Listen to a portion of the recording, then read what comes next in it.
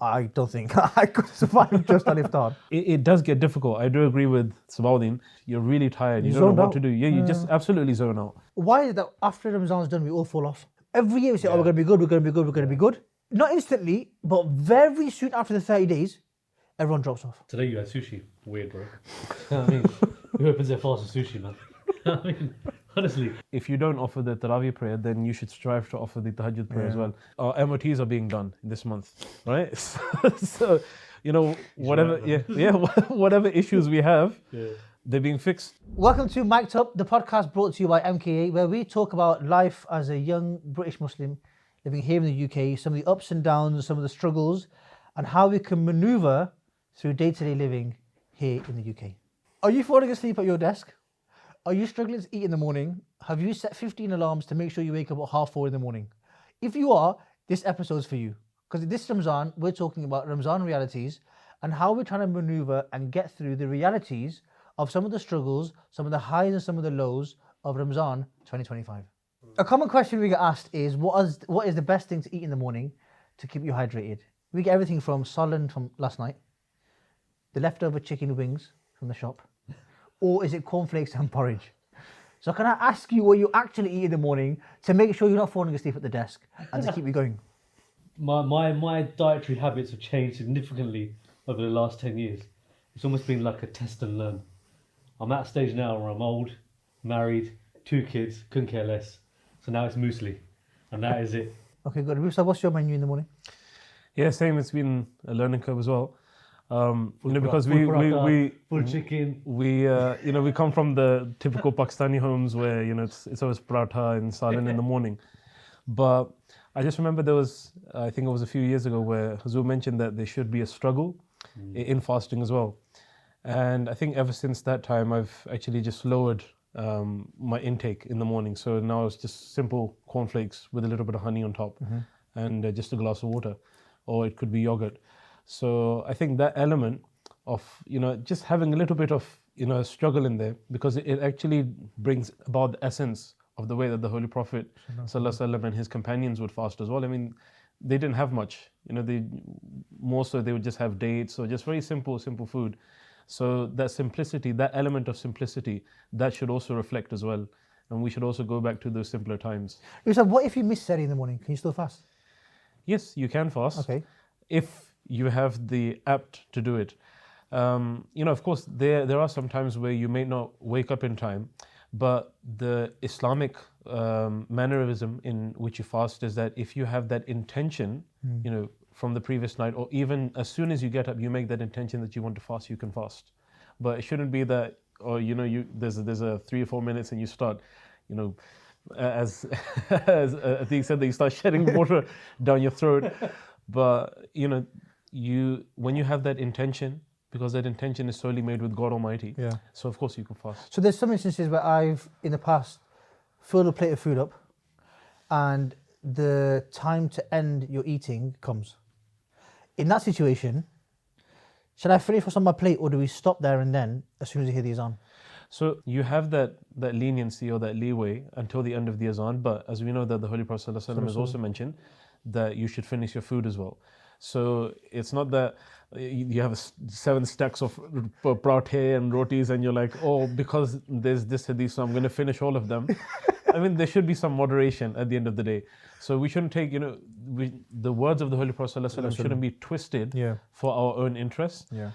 At the end of the day, where we do have that leniency, yes, we should take, we can partake of that ease, but it should be done in moderation. Yeah, I think it comes down to your intention. More importantly though, there's a lot of boys now that are during Ramadan, fitness is a key part of their regime. So obviously we can see you're now stacked, so you're in that mode. What do you eat in the morning, bro?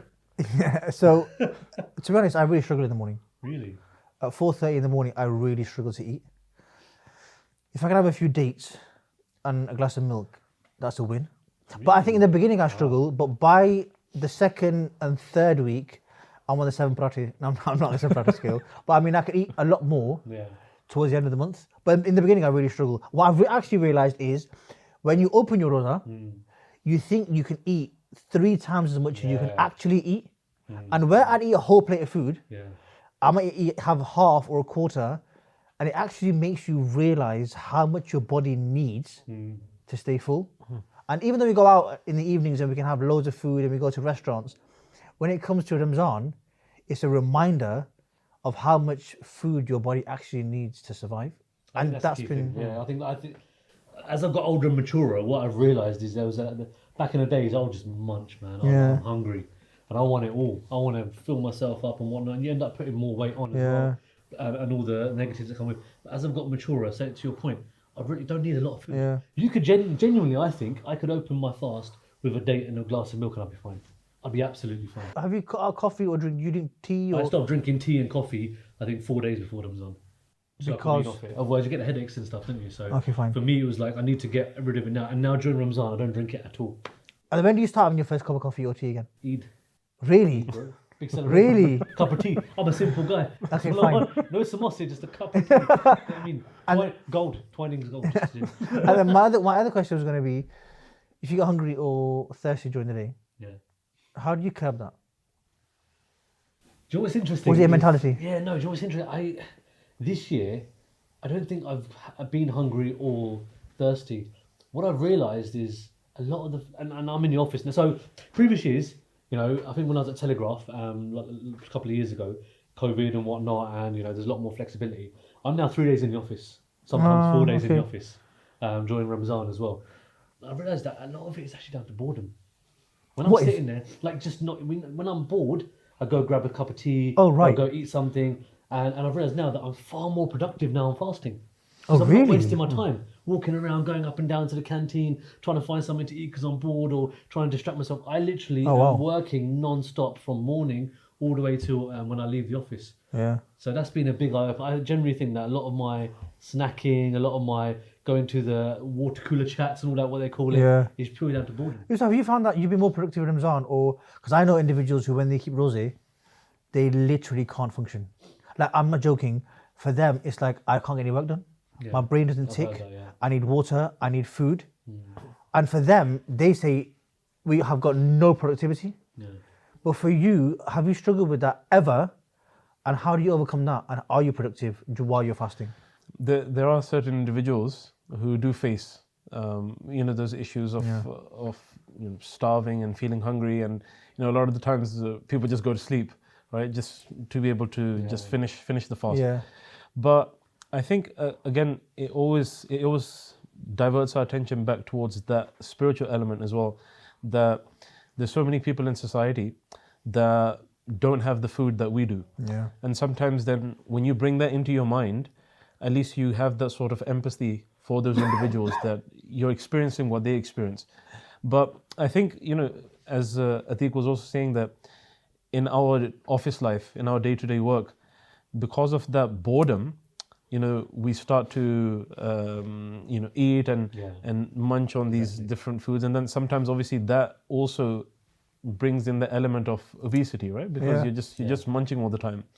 So yes, there is the element of productivity, but there have been instances where you do feel the difficulty as well. So I think Is that a certain time of the day? for myself, For yourself, myself, nowadays I would just feel it an hour just before the fasting is going to end. Oh, really? Now, this year in particular, I've only felt it literally an hour before. Previously?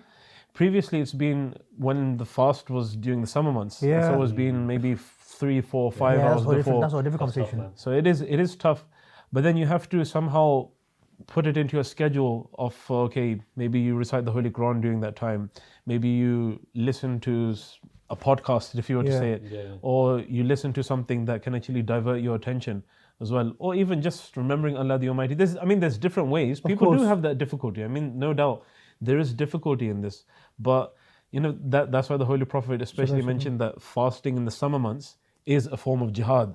So it's a struggle. So you are struggling mentally as well because you're feeling that thirst, you're feeling that hunger as well. So it does bring back that route towards God Almighty.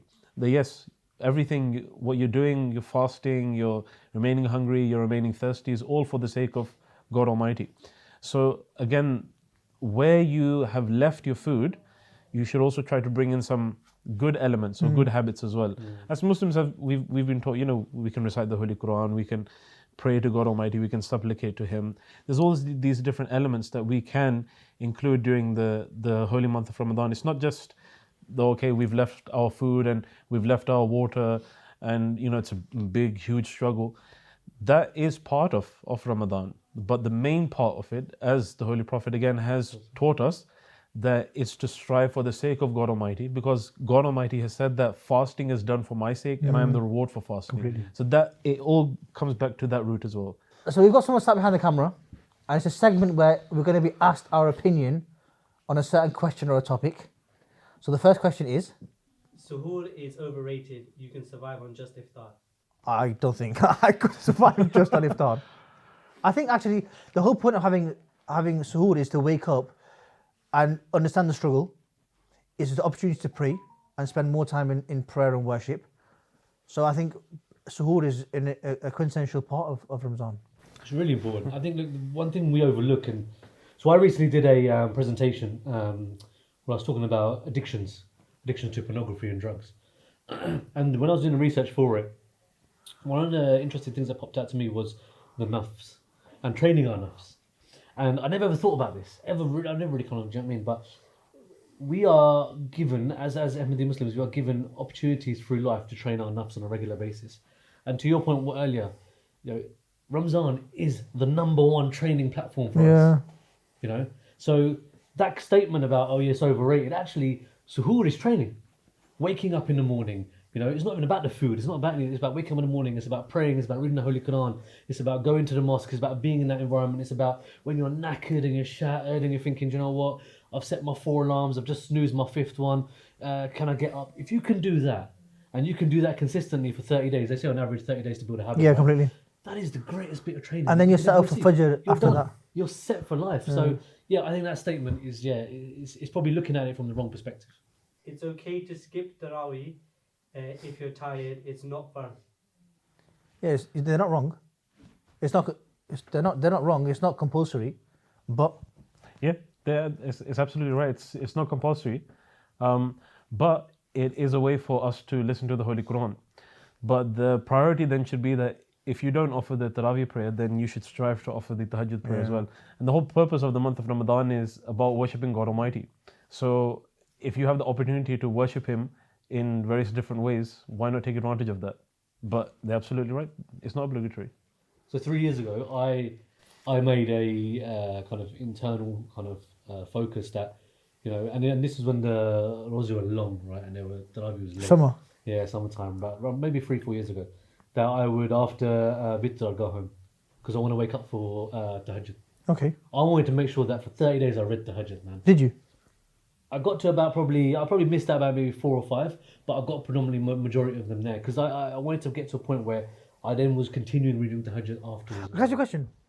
Why is it that after Ramadan's done, we all fall off? Why? Because do you know what? Every year we say, oh, we're going to be good, we're going to be good, we're going to be good. And then after 30 days, not instantly, but very soon after the 30 days, everyone drops off. I think personally, it's because what's happened now with Ramzan, what I feel personally is that Ramzan has become a lot bigger. Not just for us as Ahmadi Muslims, but for society at large. If I look at the workplace now, everything is about Ramzan. Okay. Even offices and businesses now talking about Ramzan. They're changing the way we navigate, allowing us to work from home. So you've got a full month of everyone talking the same language. So you're all on the same vision that this is the month for me. As soon as you get back to after Ramzan and Eid and whatnot, no one's talking about it. So it's so easy to fall off the wagon. That's why for me, I do find it hard sometimes after Ramzan to continue the amazing work that I was doing during Ramzan. But like I said, look, Ramzan is a good reset. It gets us in that training mode. And it's all about being on that journey. Yeah, Holy Quran in chapter 2 says, it's a time for us to become righteous. And it's about maintaining that righteousness after. You can't be productive at work while fasting. I disagree. Completely disagree. I really struggle with being productive, I really find it hard. I do struggle with being productive. And I do feel like my productivity is not as it normally is. Really?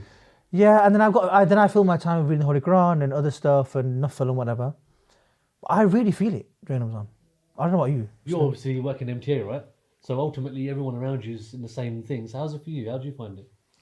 I know personally for myself, I found this particular year to be a little bit more productive than the previous years. Maybe it's because the fasting time is shorter this year. But yeah, I mean, previously it was difficult. Sometimes you just switch off. You can't think as well. But my routine, the way I've done it is, in order to finish like the Holy Quran, so I would recite a little bit after the Fajr prayer, then after the Zuhur prayer, dedicate a little bit of time, and then after the Isha prayer as well. So I mean, I do try throughout the day to pepper in recitation of the Holy Quran. So at least that element is also fulfilled as well. And I mean, and then also coming and going from work. So personally, I just put on Khalifatul Masih Rahimahullah Ta'ala's translation classes, specifically whatever chapter I've read that day, just trying to listen to, his commentary of the Holy Quran, and then trying to implement that. But it does get difficult. I do agree with Sabaudin that it really does become difficult in certain circumstances. Certain times you're really tired. You don't know what to do. You just absolutely zone out. But I guess that's part and parcel of life. Completely. Yeah, it's just part and parcel of life. You just have to go through it at the end of the day. Well, if Rabeeb's our fault zones out, then I think we all can zone out. Eating out for iftar defeats the purpose of Ramadan. I disagree. You know what? Ramadan is solid. It's time for us to become righteous. Focus on your prayers.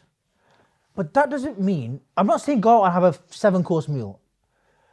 Like, there have been times where we're working here and we've gone out for food because it's convenient. We've had food, we made it back in time for namaz, we've carried on working. I think if you are spending more time in the restaurant and missing namaz, then you've lost the essence.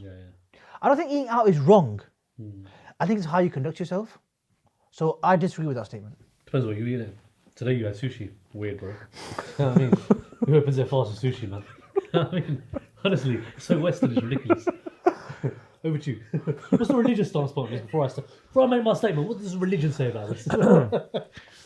In terms of eating out, there's absolutely no harm in it. But I would say that simplicity, sometimes, in our day-to-day routines, we do lose our transition into that simplicity that Ramadan teaches us.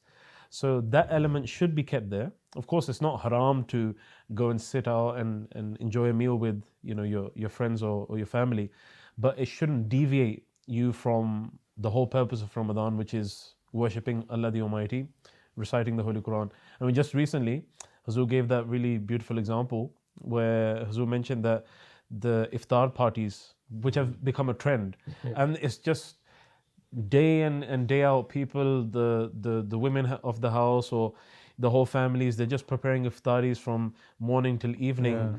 There's no attention to worship, there's no attention to recitation of the Holy Quran. So that's why Hazur curbed it and said that iftari should be done in a more simpler manner, because the whole purpose should be again towards Allah the Almighty. That's the main thing. If going out for a meal once or twice during the month of Ramadan, and you're going to the mosque, you're reciting the Holy Quran, you're doing everything you can to reform yourself, then there's absolutely no harm. I don't think that it's a case of halal and haram in this sense. True. I have to remortgage, bro. I've got 2 kids. I don't go out anyway. Shopping for Eid during Ramadan ruins the focus. So I think that, again, there's this stigma as well, that people think that we have to wear new clothes on Eid. But the ruling is that if your clothes are clean, you should make do with what you have at the end of the day. If you do want to go out, and a lot of the women, they want to go out and put mehndi on their hands, there's no harm in these things at the end of the day, because there has to be a distinction between a death and the Eid celebrations. So people should be getting together and adorning themselves for it's a celebration. The Eid day. At the end of the day, it's a celebration. Of course, on the Eid day, the biggest celebration is the fact that we're offering another prayer. So instead of 5 prayers, we're offering 6 prayers. But I don't think it diverts a person's attention to the degree that's being implied in the question. So again, it depends on the intention.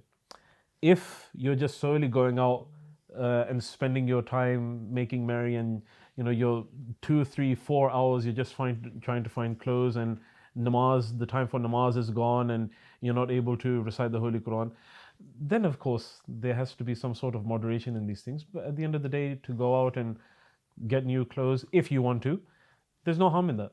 I think it's back to the takeaway thing, but not forgetting that the importance of Eid is to thank Allah the Almighty for the opportunity He gave us to fast and to strive more towards Him. Of course. As long as your actions are not taking you away from that and everything is done in moderation, I agree with you, there's no harm in it. Of course. Truth is, everyone knows these things, right?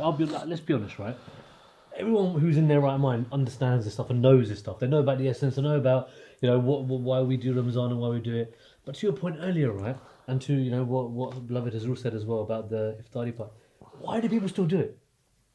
I think that's the interesting thing. I think it's a time pass. I think time pass was it's just become a habit. Or it could be cultural influences as well. Sometimes these things happen. Everyone's on the same mood. Everyone's on the same like path that we're all going to open our rosa together, and it'd be a laugh. Yeah.